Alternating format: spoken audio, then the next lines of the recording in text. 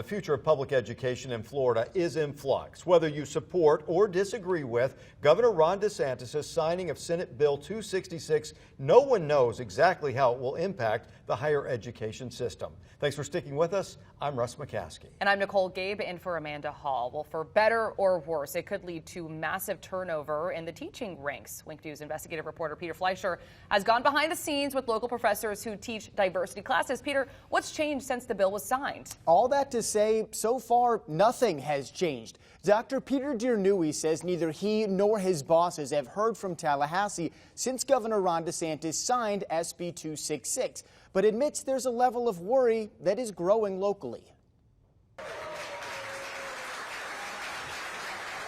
When Governor Ron DeSantis signed Senate Bill 266, blocking state colleges and universities from using federal or state funding on diversity programs, it created many questions for the thousands inside the Florida higher education system. Is it going to affect our curriculum?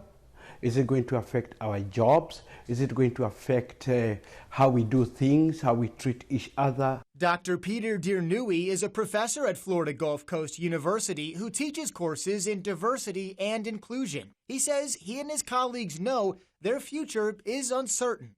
You can feel the tension, you can feel the concern, you can feel that people are worried about what does it really mean. Diernewey was asked to hand over any emails from his professional account that include the keywords diversity, equity, and inclusion back in January, but hasn't gotten any feedback since.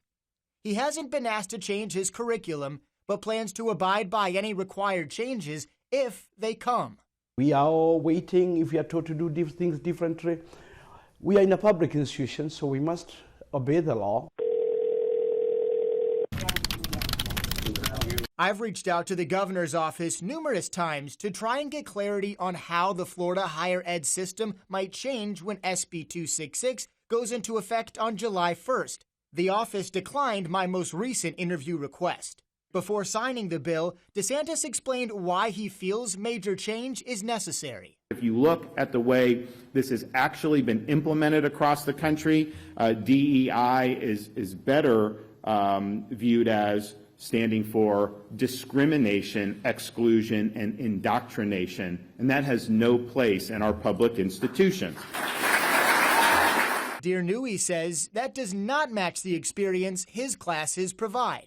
We all respect one another, and we try to see our differences as empowering. We bring some synergy. Every student in my classroom must feel that they have a sense of belonging, no matter what their background is. You cannot tell me otherwise. Diernewey isn't just any professor. His home is lined with honors and awards and pictures with historical figures like Mother Teresa and the Dalai Lama. Just weeks before DeSantis signed the bill, Diernewey received another award from FGCU. This one for the impact he's had on his students.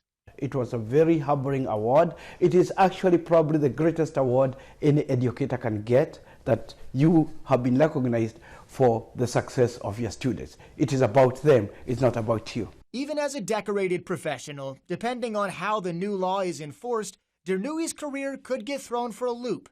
But he remains hopeful. We must live with hope that ultimately justice will prevail. We are all the same, and we must keep that going, and each one of us has a role to play.